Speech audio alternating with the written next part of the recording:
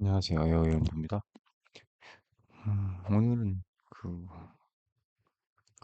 이번 추석 연휴 마지막에 그 알게 된 주제인데, 피터탈, 그리고 그 네 명에 대한 그 다음에 관련 배경, 그에 대한 얘기예요.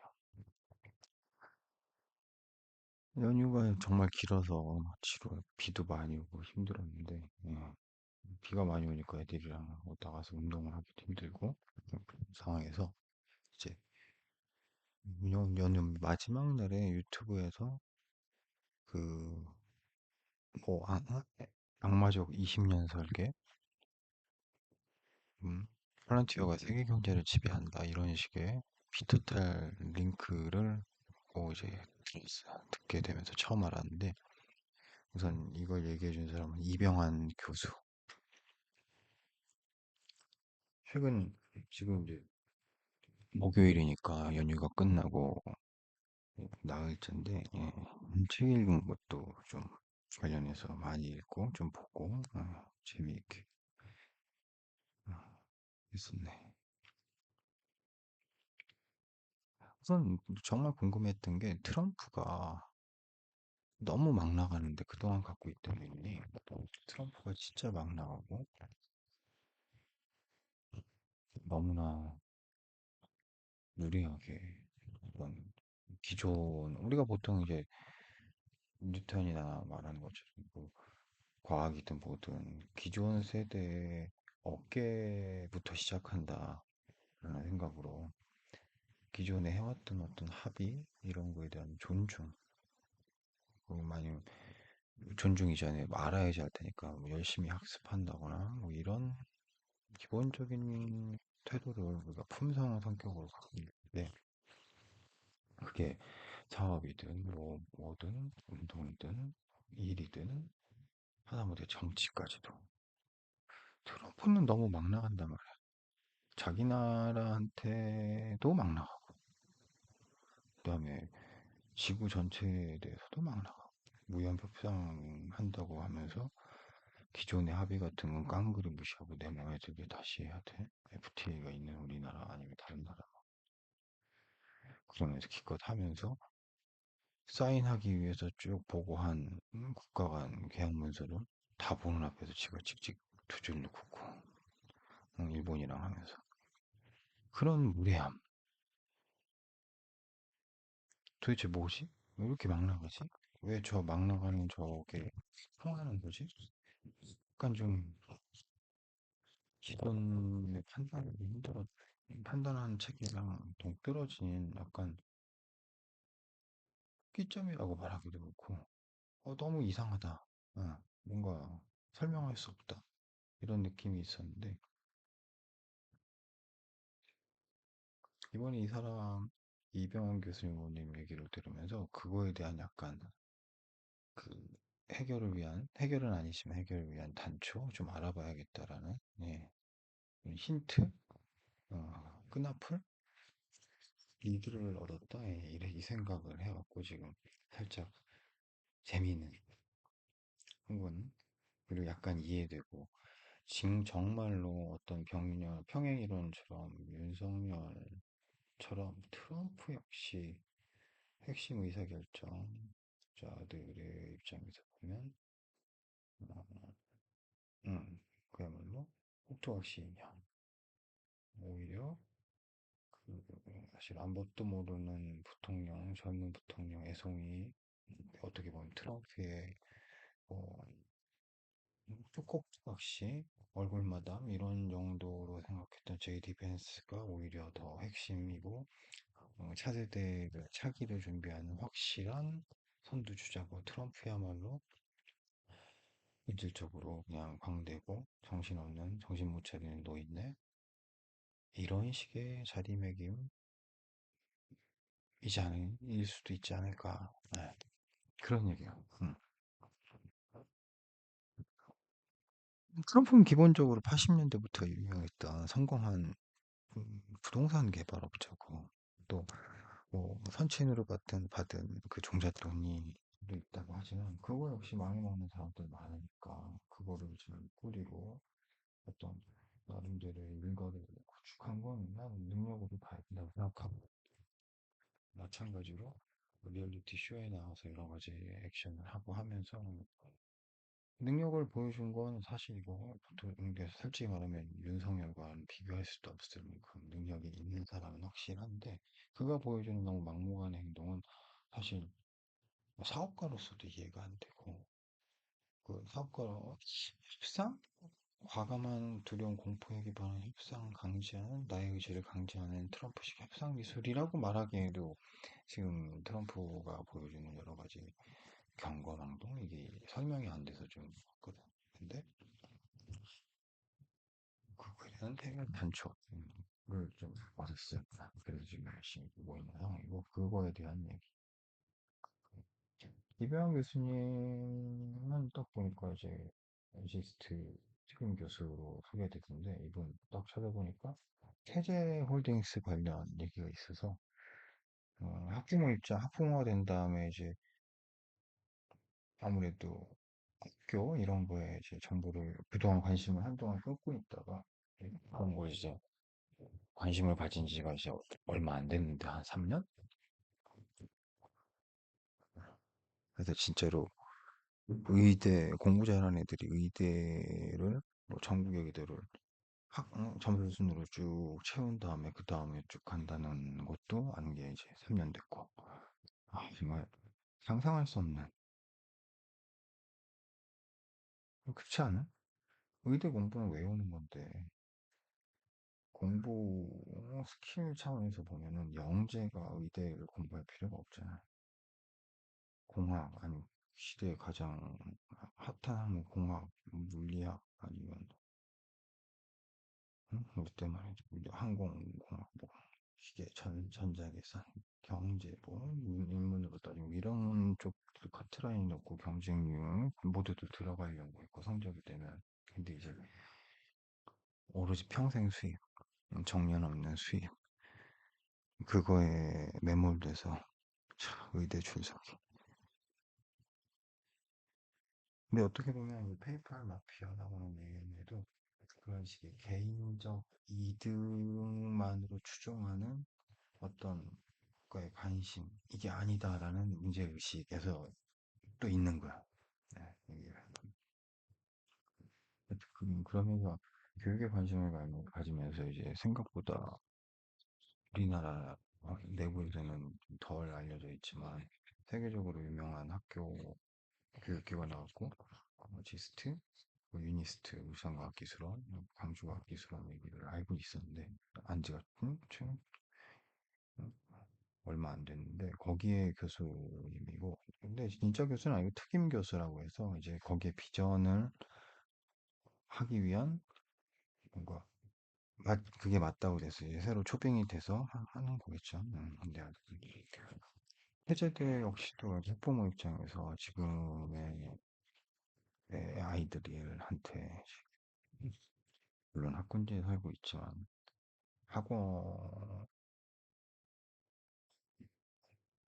좀 덜 보내는 입장에서 지들도 이제 알아. 10살인데 지들도 자기가 덜 공부하고 공부를 좀 조금한다라는 걸 지들이 알고 있어. 지들도 얘기를 하더라고.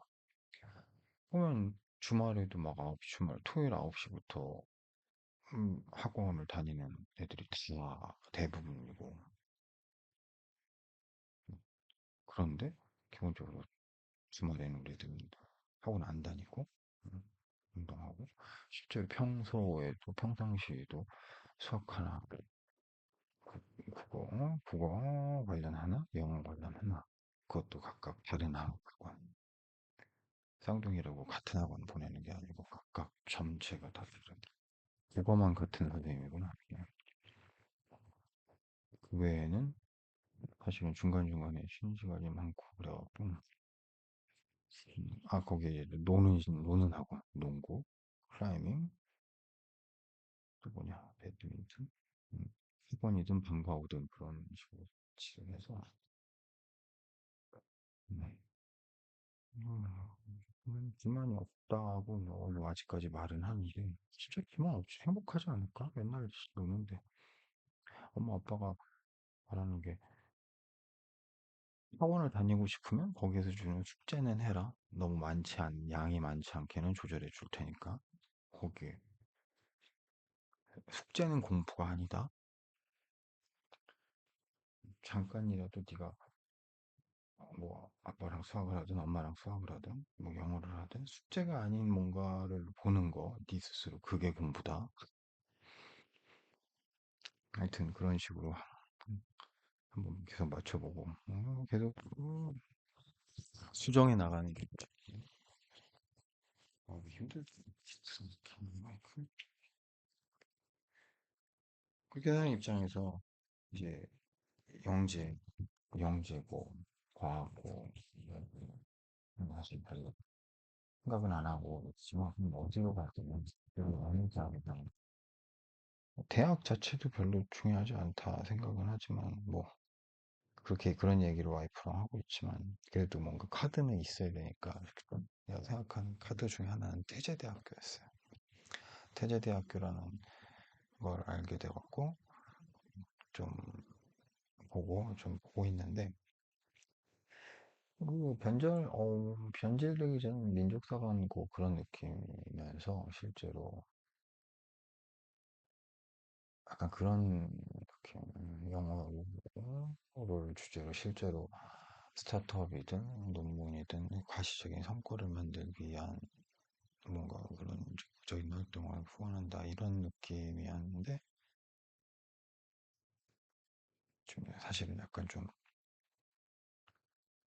아닌 듯 싶고 약간 그런 게 있었는데 또 중요하게 최근 이번 추석 연휴에 알게 된 게 42. 이거 괜찮은 것 같아.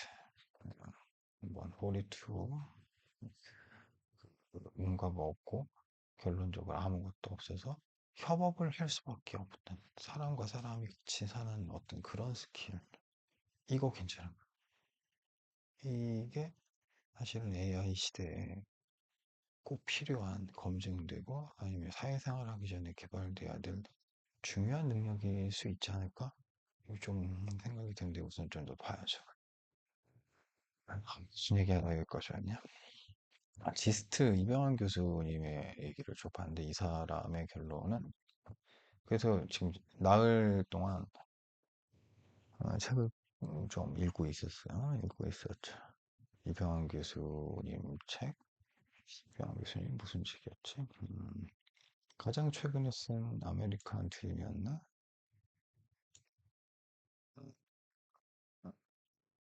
아메리칸 탐문. 이랑 그 전에 쓴 책이 도서관에다 대출이라서 전자책으로 봤더니 있어서 어떻게 딱 읽어보게 됐고, 그다음에 그 전에 기술공화국 선언이라는 책을 그래도 한 번은 읽게 되고 또 피터파즈 배체로 투혼까지도 봤는데 기술공화국 선언은 처음에는 뭔가 봤더니 딱 생각나는 게 공산당 선언이었어요. 너무 길지도 않고 내 기억에 150페이지 정도였었나? 근데 그 내용의 비한상이 참고 인용부를 채우는데 페이지에 한 50페이지 3분의 1을 쓰더라고. 그리고 나머지는 앞에 얘기인데 생각보다 벙벙해. 공산당 선언하고 비교하면 원칙으로 해서 50장도 안 되는 그 타이트한 내용에 꽉 채운 기억이었고, 솔직히 너무 오래된 기억이라 형식만 똑같지 공산당 선언만큼 정제되거나 심플 압축하지 못한 어떻게 보면 급조한 선언이라는 느낌이 들어. 어떻게 보면 말 그대로 원론적인 프린시플이고 핵심 경전인데 걔네 나름대로는 이건 뭐 사례나 이상한 과정이 많은 사례 같은 건 경전 프린시플에 오면 안 되는 건데 사례가 많고 좀 벙벙하더라. 아무튼 그거랑 제로도. 그래서 이제 이병 교수 말은 이 트럼프의 배경이 페이팔 마피아 피터 타일이다. 그러면서 이러면 이제 페이팔 얘기가 나오고 페이팔 하면은 일론 머스크 나오고. 그 플란티어는 난 용병 기업인 줄 알았는데 교수님의 얘기는 그 의사결정 기업이다.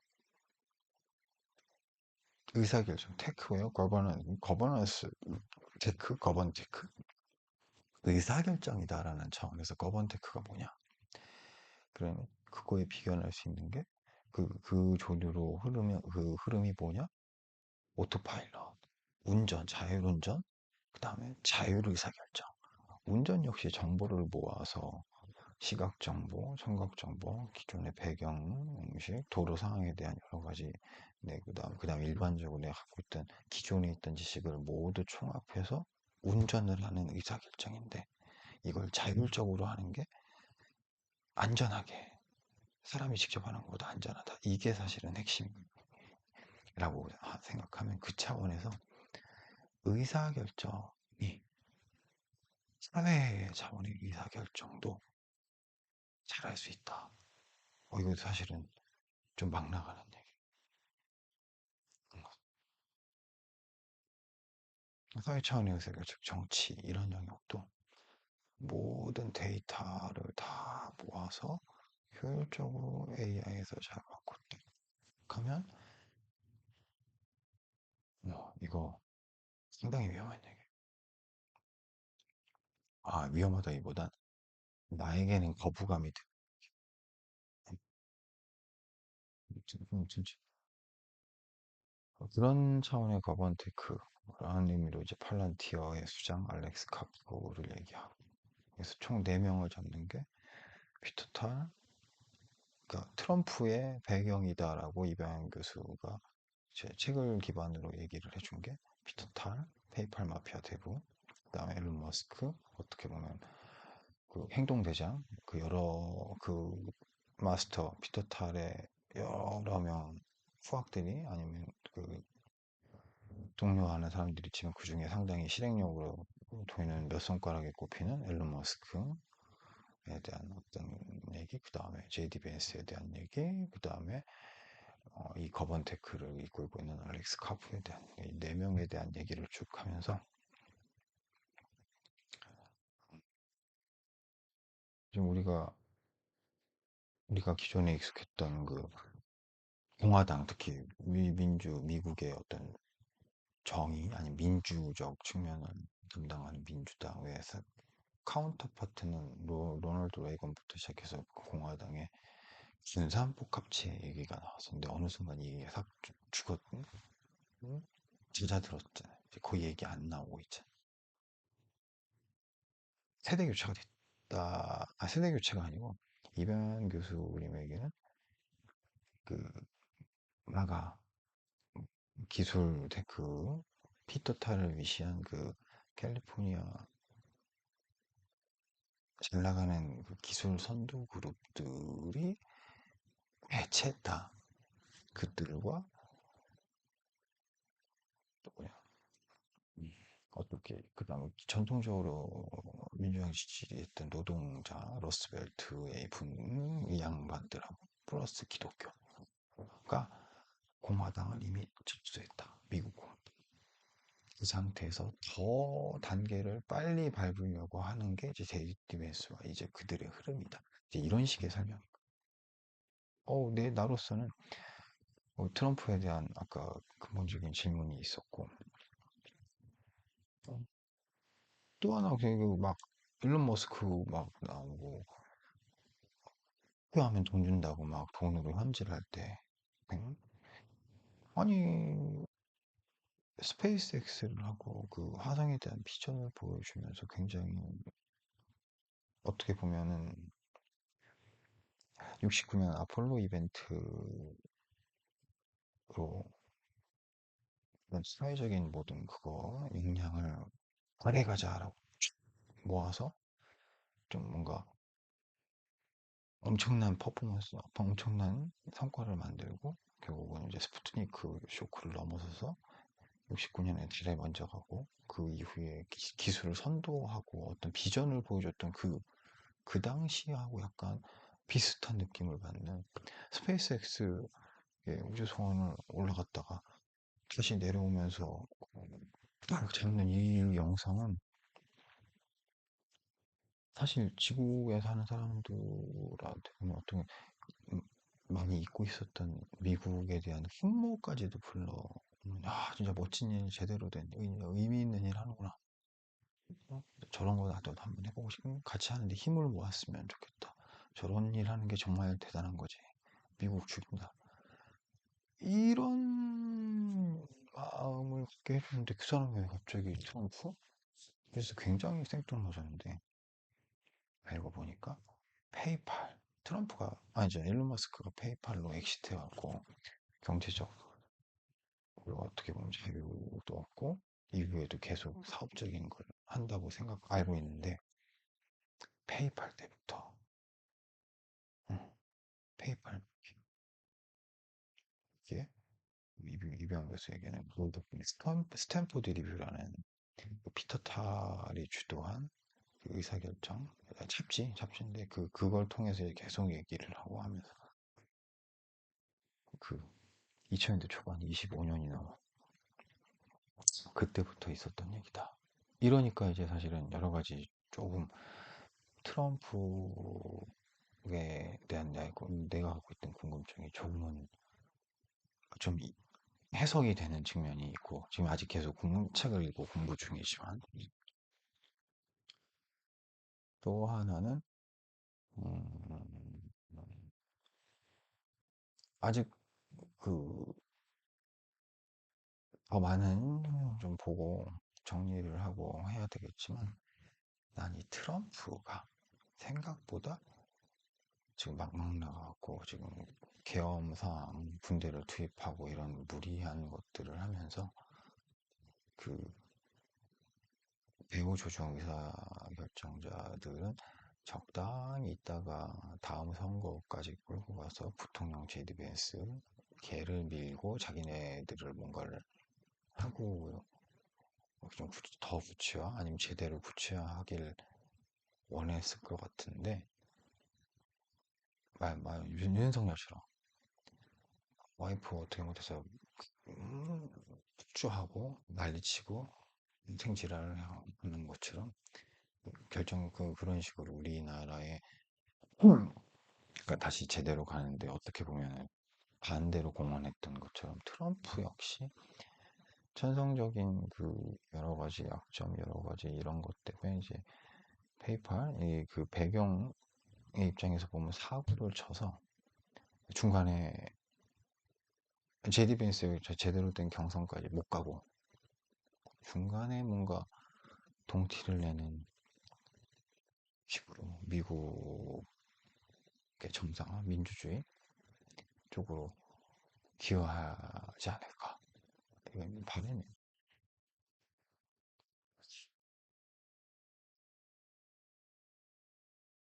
제이디 벤스 아니 피터 탄 근데 또 갑자기 화요일이었나 그 회사 홍보 메일에 알렉스 카프 팔런티어 알렉스 카프랑 우리 전 김영석 사장 KT가 협약 MOU 맺었다는 사진이 딱 봐서 나 진짜 놀랐네. 씨, 그런데 느낌이 뭐 핸드폰 스타링크 뭐 이런 거 통신 상품 때문인 건가 아니면 하여튼 우리 김영석 전 사장 빨라 프론티어 그리고 다음날 이틀 그 다음날은 알렉스 카프 인터뷰가 나왔는데 사람들이 그 사람 인터뷰가 보통의 그 다른 저커버그니 다른 그 잘 나가는 요즘 주목받는 샘 얼트먼도 마찬가지고 샘 얼트먼도 마찬가지고 잘 나가는 그 테크 회사의 수장들이 우리나라 방문해서 인터뷰하는 폰이랑 좀 다르다는 걸 그거 알지 뭐 알겠지 인터뷰도 보면은 전쟁 얘기하고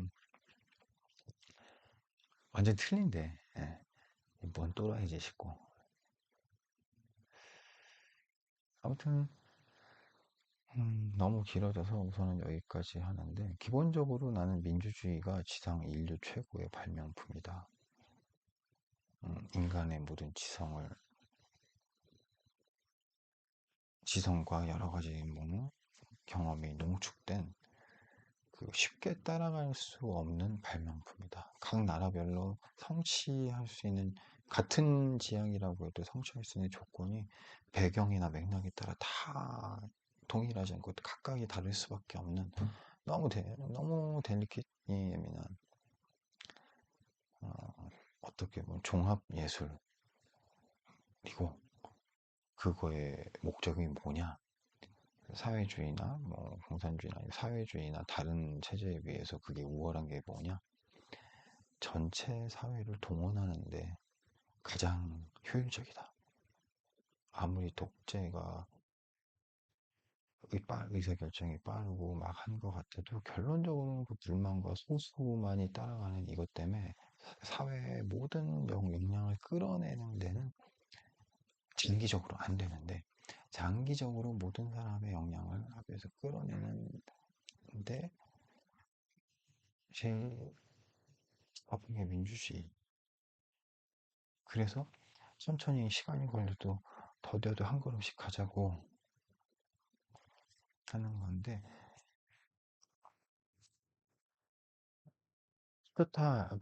피터 팔의 얘기는 데이터가 중요하고 의사결정이 중요한데 지금 이제 데이터가 그 기업별로 나눠져 있는 이 상황에서 중국의 그 공산당 일당 독재로 모든 데이터를 충분한 14억 이상의 인구 규모가 발생하는 모든 데이터를 갖고 있는 갖고 가지고 연구하는 중국을 못 이긴다.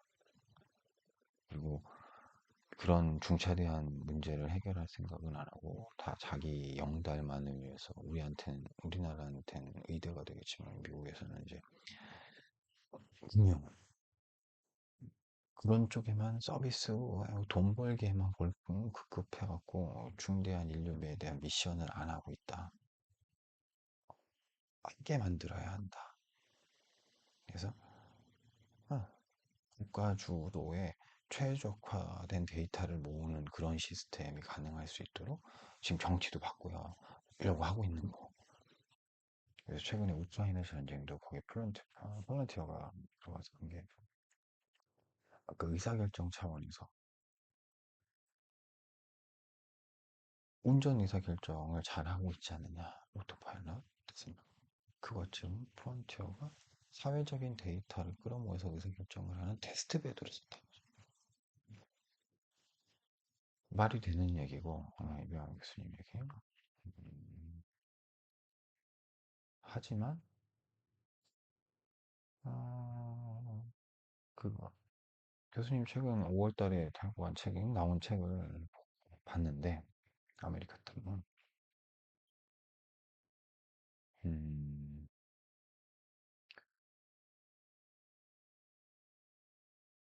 읽으면 읽을수록 약간, 아닌데 싶은 지점이 있어요. 뭐지? 싶은. 무슨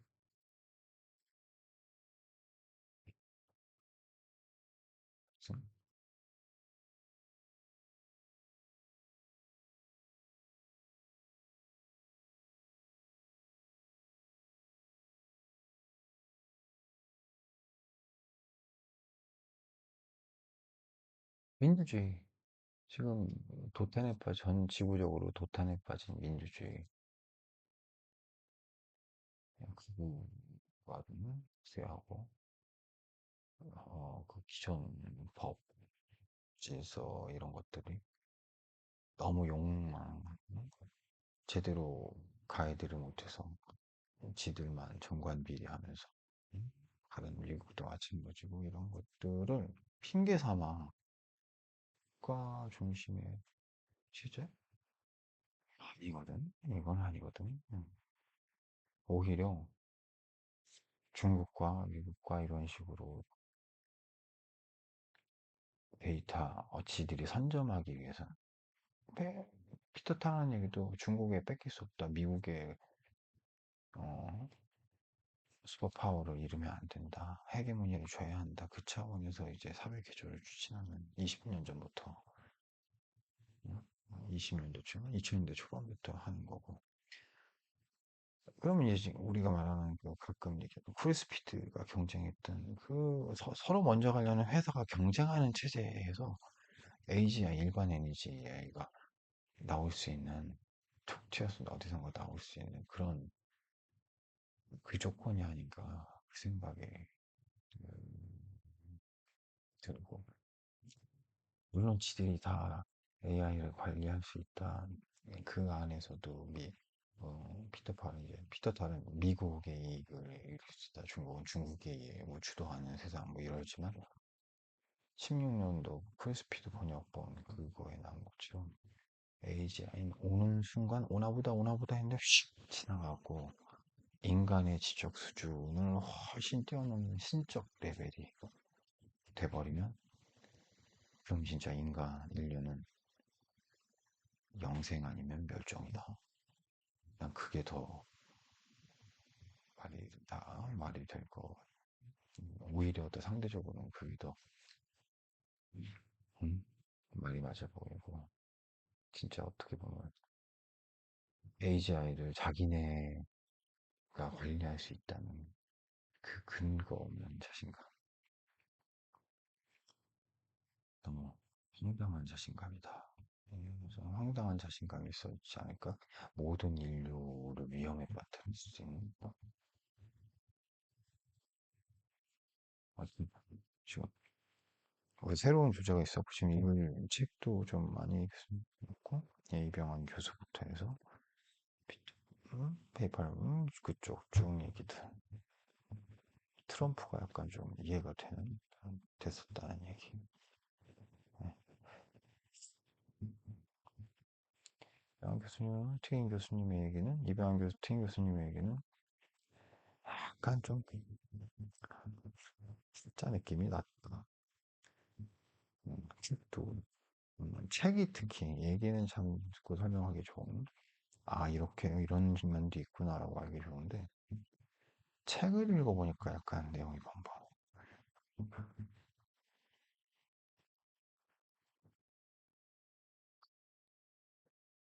여기까지. 두 번째 영상인데 마이크? 이게 소리가 어떻게 나올지 잘 모르겠네요. 아무튼 그럼 다음에 또 뵙겠습니다.